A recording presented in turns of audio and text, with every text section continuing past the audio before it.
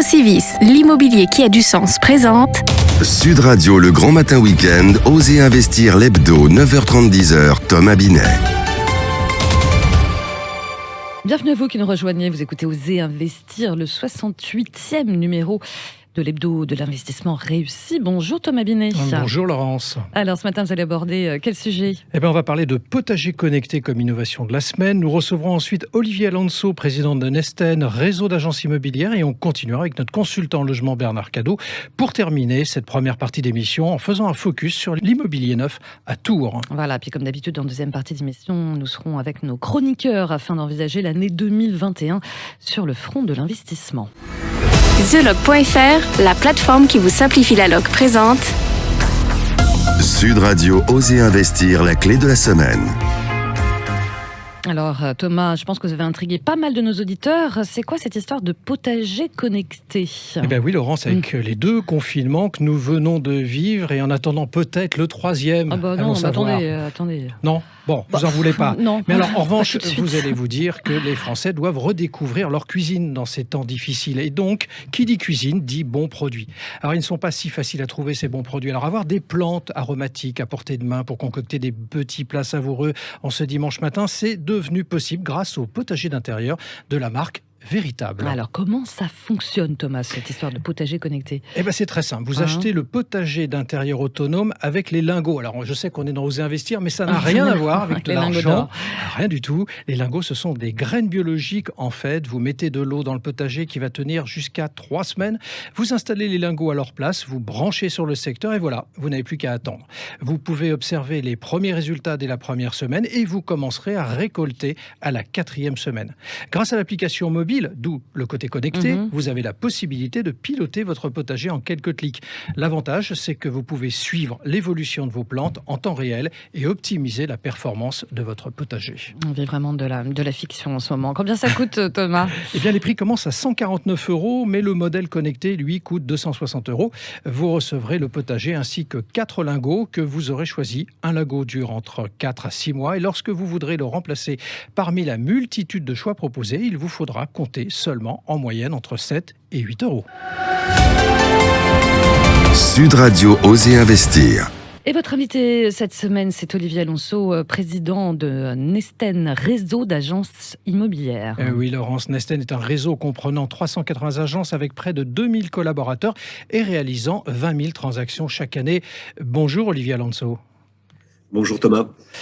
Olivier Alonso, comment l'année 2020 s'est déroulée dans votre domaine ? Alors, dans l'immobilier, il est vrai que ça a été une année un peu chaotique, puisque le Covid est passé par là. Alors, la première vague, ça a été très simple, et c'est vrai que nos auditeurs particuliers l'ont bien noté. Toutes les agences immobilières fermées du jour au lendemain. Alors, pour notre cas, c'était plus de 380 agences, aussi bien en France qu'à l'international, parce que nous avons des agences aussi à Miami, à Nouméa, un petit peu partout, si vous voulez. Et tout s'est arrêté, aussi bien en France qu'à l'étranger. Et ça a été quand même un coup dur pour l'immobilier et les particuliers, puisque on avait beaucoup d'actes en cours, des personnes qui avaient vendu leur qui étaient en cours de compromis, d'autres qui avaient acheté qui étaient en cours de compromis, qui ne savaient pas si un jour ils allaient rentrer dans leur logement. Pour les acquéreurs qui avaient donné aussi congé, ils étaient vraiment dans l'incertitude, et je ne parle même pas de la partie locative. Est-ce que vous avez compris, Olivier Alonso, que l'on interdise de faire visiter des biens durant le confinement ? Alors sur la deuxième vague, ça a été un petit peu différent, puisque on a fait un gros travail de lobbying aussi au niveau du gouvernement pour qu'ils puissent entendre que nous, agents immobiliers, nous avions préparé le terrain, que nous savions sécuriser nos visites acquéreurs, que nous savions faire un travail pour pas faire des visites pour rien, avec les visites virtuelles, enfin tous les outils de nouvelles technologies, en tout cas que nous avons chez Nesten, et l'ensemble des réseaux a communiqué auprès du gouvernement. Et la deuxième vague, le gouvernement nous a laissé rentrer des mandats, donc aller chez les particuliers et prendre leurs mandats en vente. Et il a laissé aussi les déménagements se faire, ce qui a été aussi une très bonne chose. Et nous avons effectivement fait des estimations. Donc ça a été quand même une bonne chose, même si pendant cette deuxième vague, il était toujours interdit de faire visiter aux acquéreurs les biens. Nous avons un petit peu moins bien compris, puisque nous avions eu cette courbe d'expérience qui nous permettait de faire des visites sécurisées, et nous leur donnions beaucoup d'engagement et un protocole, une proposition de protocole sanitaire sécurisé. Et le gouvernement nous a un petit peu entendus puisque, au sortir de cette deuxième vague, il nous a immédiatement autorisé à visiter sous certaines conditions les biens immobiliers. 2020 vient de s'achever. Quels enseignements en tirez-vous pour 2021 ? Les enseignements, c'est qu'on est face à quand même une certaine incertitude quant à une éventuelle troisième ou quatrième vague. On sait maintenant travailler avec le virus, on sait sécuriser nos ventes. Il y a quand même une très bonne nouvelle pour 2021. Finalement, le gouvernement a ouvert la possibilité aux particuliers de mieux se financer. Alors pourquoi mieux se financer ? Parce qu'on est passé aujourd'hui d'un financement qui ne pouvait pas dépasser les 25 ans à un financement qui peut arriver jusqu'à 27 ans. Nous avions aussi un taux d'endettement qui était limité à 33%, qui, à partir d'aujourd'hui, va passer à 35%. Donc, pour monsieur et madame tout le monde qui nous écoute, je ne sais pas s'ils s'en rendent compte, mais c'est très important. Ça veut dire que ça donne la possibilité aussi bien aux primo-accédants qu'à d'autres acquéreurs de pouvoir acheter des biens peut-être plus grands, peut-être plus dans les conditions qu'ils le souhaitaient, avec un financement qui est beaucoup plus souple. Et ça, c'est une très bonne nouvelle que nous apporte le gouvernement. Olivier Alonso, est-ce que vous voyez repartir le marché en 2021 alors que sur le front de l'économie, les mauvaises nouvelles sont attendues au premier semestre ? C'est une très bonne question, Thomas. Moi, ce que je vois concrètement, c'est qu'en 2020, même si on a eu ces deux vagues, le chiffre d'affaires de nos agences chez Nesten n'a baissé que de 4%. Ça a été quand même une très, très bonne nouvelle. C'est-à-dire qu'il y a toujours un engouement des particuliers pour l'achat immobilier. Il n'y a pas de crise immobilière, il y a juste une crise sanitaire. Et moi, je pense que l'année 2021, nonobstant le fait que nous subissions d'autres vagues de Covid, mais l'année 2021 devrait quand même, malgré tout, être assez bonne, même si, sur le plan économique, la France va beaucoup souffrir. Merci Olivier Alonso. Je rappelle que vous êtes le président de Nesten, réseau d'agences immobilières. Sud Radio Oser Investir. Bernard Cadot, vous êtes le consultant d'Oser Investir en logement. Bernard, vous allez nous proposer votre mot de la semaine qui est mandat exclusif. Oui, voilà un scoop, Thomas. Mandat exclusif, ça n'est plus un mot tabou. Tabou ? Pourquoi tabou ?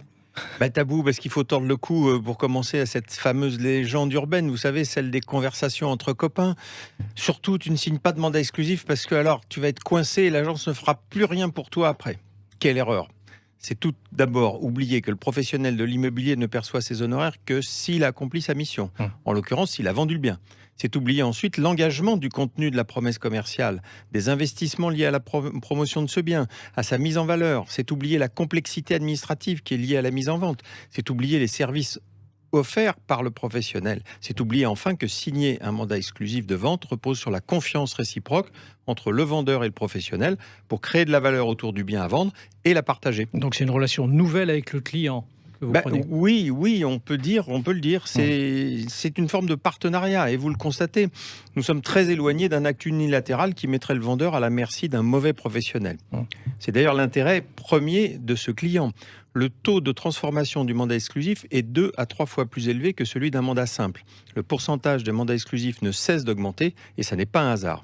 Vous êtes en train de nous dire, Bernard, si je vous ai bien suivi, que tous les vendeurs sont en train de se convertir au mandat exclusif et que tout irait bien dans le meilleur des mondes, c'est bien ça ? C'est pas encore tout à fait ça. Ça tombe bien parce qu'on est en début d'année, Bernard. Oui, je sais. Il demeure toujours une objection majeure et je dois dire fondée si on se met à la place du vendeur.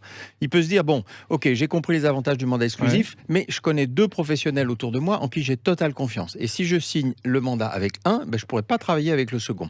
Alors les professionnels ont parfaitement compris ce dilemme. Ils sont de plus en plus nombreux à partager les mandats exclusifs, avec l'accord de leurs clients bien sûr, et offrent ainsi une visibilité maximum aux vendeurs et un choix très large aux acquéreurs.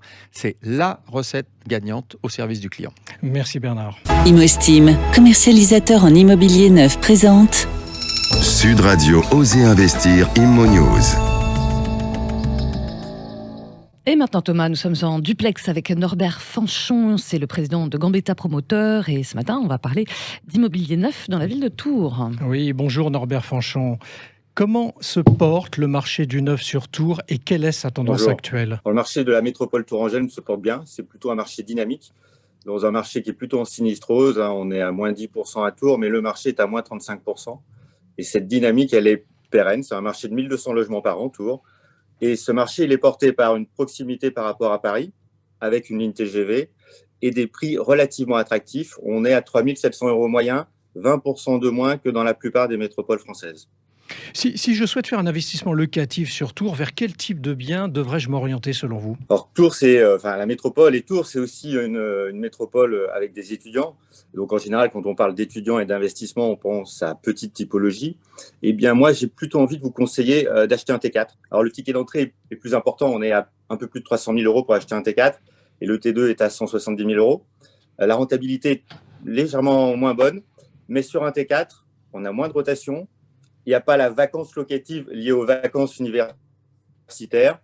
Et puisqu'il y a moins de rotation, il y a moins de dégradation. Et donc, je vous conseillerais d'aller plutôt vers un T4 avec une rentabilité qui sera meilleure dans le temps que sur un T2 qui est un peu plus ponctuel. Et si je veux investir dans le neuf, est-ce que vous avez un conseil pratique à nous donner, un point de vigilance à avoir ? Moi, j'ai envie dans le neuf plutôt d'éviter les métropoles centres et d'aller sur les premières villes en couronne de ces métropoles centres. Donc, si je prends l'exemple de la métropole de Tours, j'irai plutôt sur des communes comme La Riche, Saint-Cyr, parce qu'en général, la qualité de vie est meilleure. Et surtout, si ces villes périphériques sont reliées à la métropole centre par des transports en commun. L'importance du transport en commun est fondamentale et la proximité de ces transports par rapport à votre achat immobilier. Merci Norbert Fanchon. Merci à vous. Et puis bien sûr, vous restez avec nous. On revient dans quelques instants avec le Club Osez Investir et nos chroniqueurs pour parler du marché de l'investissement en 2021. Sud Radio, le grand matin week-end, Osez Investir l'hebdo, 9h30-10h, Thomas Binet. Avec Procivis, l'immobilier qui a du sens.